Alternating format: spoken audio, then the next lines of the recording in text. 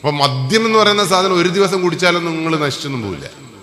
അത് കുടിക്കണ വലിയ പാടാന്നാണല്ലോ. ഒരു ദിവസം എല്ലാം കുടിച്ചിട്ടുണ്ടെങ്കിൽ ആ പരിസരത്ത് പോകില്ല, ഭയങ്കര പാടാ. അത് കുടിച്ചിട്ടുണ്ട മദ്യങ്ങൾ മൂക്കെല്ലാം പൊത്തി ചന്ദനത്തിരിയെല്ലാം വേണം, അത്രയും വൃത്തികെട്ട ടേസ്റ്റ് ആവൂല അതിന്.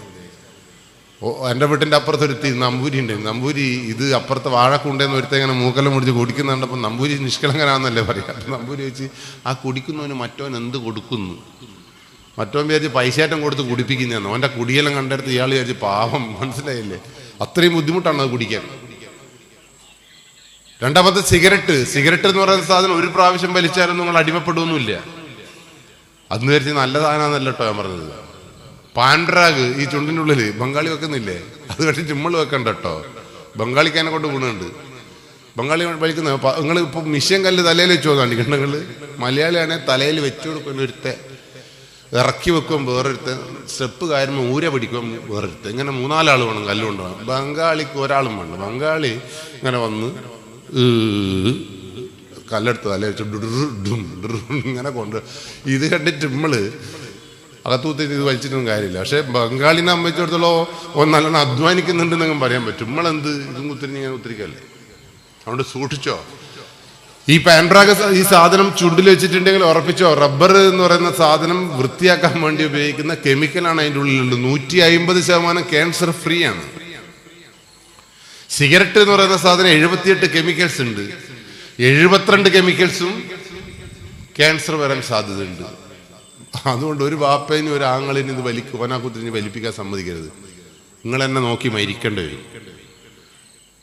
അപ്പോൾ ഓരോട് ചോദിച്ചാൽ അവർക്ക് വരുന്നതായുണ്ട് ഇവിടെ വലിച്ചു വലിക്കെല്ലാം ക്യാൻസർ വന്നാൽ പിന്നെ ഇനി എന്താ വെറുതെ നാമൂസളക്കുന്നതെന്ന് ചോദിച്ചാൽ നിങ്ങളെന്താ ചെയ്യേണ്ടത്? ഒരു 5-6 ഗ്ലാസ് കുപ്പി ഗ്ലാസ് ഒറ്റയടിക്കിങ് കൊണ്ടുവരും. അതിൻ്റെ ഓരോ മുമ്പ് നിങ്ങൾ നിലത്തം കിട്ടേക്കുക. കിട്ടോക്ക് ഒരു കുപ്പി ഗ്ലാസ് പൊട്ടൂല, ബാക്കിയെല്ലാം പൊട്ടിക്കുണ്ട്. അതിൻ്റെ പറയാ ആ ചങ്ങായി ആ പൊട്ടാത്ത ഗ്ലാസ്സാ ഇഞ്ഞി, ബാക്കി 5ഉം പൊട്ടിയില്ല. എപ്പാ പൊട്ടുകയെന്ന് പറഞ്ഞുകൂടാ. അതുകൊണ്ട് സൂക്ഷിച്ചോ എന്ന് പറയാൻ അവിടെ ചങ്കൂറ്റങ്ങൾ കാണിക്കണം. ഇനി ഈ സിഗരറ്റ് മദ്യം ഉപയോഗിക്കുന്ന ആളെ ശ്രദ്ധിച്ചു നോക്കുങ്ങൾ. വീട്ടിൽ പ്രശ്നങ്ങൾ ഉണ്ടാവുക, ഭാര്യയായിട്ട് അസ്വസ്ഥതകൾ ഉണ്ടാവുക, ടെൻഷൻ ഇങ്ങനെ അനുഭവിക്കുമ്പോഴാണ്, ആശ്രയമില്ലാത്തപ്പോഴാണ് സിഗരറ്റ്, ഏകാന്തമായ സമയത്താണ് സിഗരറ്റ് വലിക്കുക. ശരിയാണോ തെറ്റാണോ? അപ്പൊ ഏകാന്തമായ അവസരങ്ങൾ ഉണ്ടാവുമ്പോഴാണ് ഈ ലഹരി വസ്തുക്കൾ മനുഷ്യന്റെ ജീവിതത്തിലേക്ക് വരുന്നത്. ആ സമയം ഉണ്ടാക്കരുത്. അതുകൊണ്ടാണ് മൂപ്പർ ഫുട്ബോളിന് ഇഷ്ടമാണെന്ന് പറഞ്ഞപ്പോൾ കാണുമ്പോഴൊക്കെ ഫുട്ബോൾ കളിക്കണം, എൻഗേജ്ഡ് ആയിരിക്കണം മനുഷ്യൻ. നമ്മൾ ചെറുപ്പകാലഘട്ടത്തിൽ പഠിക്കാനാണോ സ്കൂളിൽ പോയത്? ആണോ? ഞാൻ പഠിക്കാനല്ല. സ്കൂൾ വന്നപാടെ എന്നെ എന്തെങ്കിലും എടുത്തങ്ങ് കളിക്കും. ബെല്ലടിക്കുന്ന കേൾക്കും, ദേഷ്യം പിടിക്കും. പിന്നെ ആർക്കോ വേണ്ടി ക്ലാസ്സിലിരിക്കും. ഇന്റർവെല്ലിനാവാൻ കൊതിക്കുകയാണ്, വീണ്ടും കളിക്കും.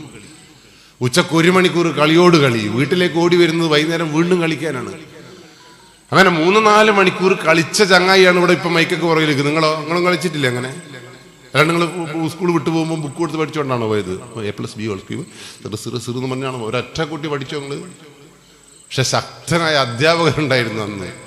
ആ അധ്യാപകന്റെ ശക്തി കൊണ്ട് നമ്മൾ എന്തെല്ലോ പഠിച്ച്, എങ്ങനെയല്ലോ നമ്മൾ ഇവിടെ എത്തി. ശരിയാണോ?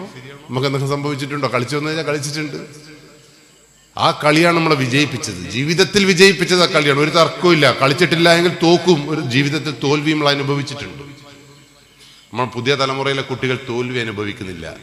നമ്മൾ ക്ലാസ് റൂമുകളിലൂടെ കടന്നു വരുമ്പോൾ സ്കൂളിൽ ഓരോ ക്ലാസ്സിലും തോറ്റ് തുന്നമ്പാടി ചങ്ങാതികൾ ഇങ്ങനെ ബേക്ക് ബെഞ്ചുമ്പിൽ ഇങ്ങനെ ഇരിക്കുന്നുണ്ടായിരുന്നു. നമ്മൾ ക്ലാസ് റൂമിലേക്ക് വരുമ്പോൾ ക്ലാസ് റൂം തോറ്റാൽ ആടെയാണ് എൻ്റെ സ്ഥാനമെന്ന്, വീണ്ടും ഇവിടെ ഇരിക്കേണ്ടി വരുമെന്നുള്ള പാഠം ഉൾക്കൊണ്ടുകൊണ്ട് നമ്മൾ അറിയാതെ നമ്മളെ മനസ്സിലേക്ക് വരുന്നുണ്ടായിരുന്നു. ജീവിതത്തിൽ പഠിച്ചിട്ടില്ല എങ്കിൽ തോക്കും, തോറ്റാൽ എൻ്റെ സ്ഥാനം പുറകിലാണ്.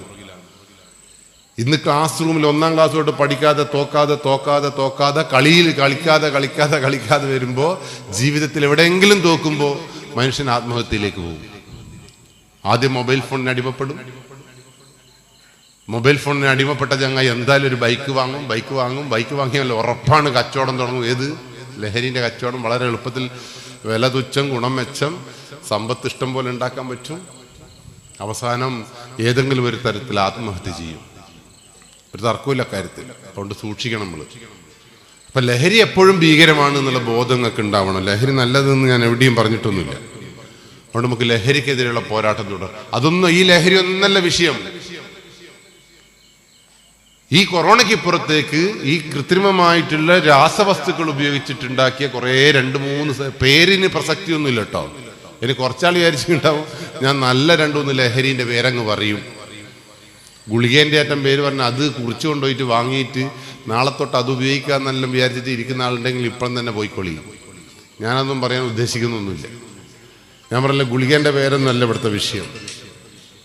എന്തെങ്കിലും എക്സോർവൈ കെമിക്കലാണ് സാധനം, കെമിക്കൽ കൃത്രിമമായിട്ടുണ്ടാക്കുന്ന സാധനം. അതുണ്ടാക്കുന്ന നൈജീരിയക്കാരൻ ഇപ്പം പിടിച്ചിട്ടുണ്ട് കേരള പോലീസ്. അതുകൊണ്ട് സൂക്ഷിച്ചോങ്ങൾ. ഈ സാധനത്തിന്റെ പ്രത്യേകത എന്താണെന്നറിയോ? അതുകൊണ്ടാണ് നിങ്ങൾ ഓരോ കുടുംബത്തിലും ഓരോ ആളുകളും പോരാളികളായി മാറണം നമ്മൾ ആവശ്യപ്പെടുന്നത്. അതുകൊണ്ടാണ് ഈ സാധനം ഒരു പ്രാവശ്യം ഇനി രുചിയും ഇല്ല, മണവും ഇല്ല, ഒന്നുമില്ല. നിങ്ങൾ കണ്ടിട്ടുണ്ട് ഈ സാധനം? ഇവിടെ ഉണ്ടോ സാധനം? ഇല്ല. ഒരു സാധനം ഞാൻ കണ്ടിട്ടുള്ളൂ. സാധനം ഞാൻ പറഞ്ഞുതരാം. ഒരു മഞ്ഞ കഷ്ണം കടറാസ്. ഈ സാധനം നാവിൻ്റെ ഉള്ളിൽ ഒട്ടിച്ചങ്ങ് വെക്കുക. കുട്ടികളായത് കൂടുതൽ ഉപയോഗിക്കുന്നത്. അവർ പറയുന്ന പറക്കും പോലും, നല്ല പറക്കലാവും. നിങ്ങൾ പറഞ്ഞിട്ടുണ്ടോ? പറന്നോ, നല്ലോണം വേഗം പറക്കണം. പക്ഷെ ഈ പറക്കൽ 6.5 കൊല്ലം കൊണ്ട് അവസാനിക്കും. എത്ര കൊല്ലം കൊണ്ട്? ചത്തുപോവോ? ചത്തുപോയിട്ടുണ്ട് നമ്മൾ രക്ഷപ്പെട്ട് എടുത്ത് കുയിലങ്ങ് വെച്ചാൽ മതി, ചാവില്ല. തലച്ചോറുമായിട്ടുള്ള ബന്ധം നഷ്ടപ്പെട്ട് ജീവച്ഛവമായി മാംസപിണ്ഡമായിട്ട് നമ്മളെ മുന്നിൽ തന്നെ ജീവിക്കും ഈ മനുഷ്യ കുരുന്നുകൾ. പൊന്നുപോലെ വളർത്തിക്കൊണ്ടുവന്ന കുരുന്നുകൾ. മറന്നുകൊണ്ടാ? നിങ്ങൾക്ക് എന്ത് സമ്പത്തുണ്ടായിട്ടെന്ത്, എന്ത് പാരമ്പര്യമുണ്ടായിട്ടെന്ത്, മഹിമ ഉണ്ടായിട്ടെന്ത്, ഏത് മഹലിലായിട്ടെന്ത്. അങ്ങനെ ഒരു 6.5 കൊല്ലം കൊണ്ട്. ഇത് ശരിക്കും രാജ്യത്ത് ഈ സാധനം കൊണ്ടുവന്നത് നമ്മുടെ ശത്രു രാജ്യങ്ങളാണെന്ന് സംശയിക്കേണ്ടിയിരിക്കുന്നു. ഒരു തർക്കമില്ല കാര്യത്തിൽ. കേരളത്തിന്റെ, ഇന്ത്യയിലുള്ള യുവാക്കളെ മുഴുവൻ ഈ ലഹരിക്ക് അടിമപ്പെടുത്തിയാൽ പിന്നെ എന്ത് യുദ്ധം, പിന്നെ എന്ത് നാട്. പക്ഷെ ഈ സാധനം ഉപയോഗിക്കുന്നതിന്, ഈ ലഹരി ഉപയോഗിക്കുന്നതിന് ജാതി മത വ്യത്യാസമില്ല. അവിടെ നമ്മൾ തകർന്നു പോയത്. രാജ്യം ശിഥിലമായി പോകും, കുടുംബം തകർന്ന് തരിപ്പണമായി പോകും. കുടുംബം അങ്ങനെ തകർന്നാൽ തന്നെ മഹൽ ഉണ്ടാവില്ല. അതുകൊണ്ടാണ് നിങ്ങളോട് പറയുന്നത്, ഗവൺമെന്റ് പറയുന്നത്, എക്സൈസ് ഡിപ്പാർട്ട്മെന്റിന് ഒറ്റക്ക് കഴിയില്ല, പോലീസിന് കഴിയില്ല.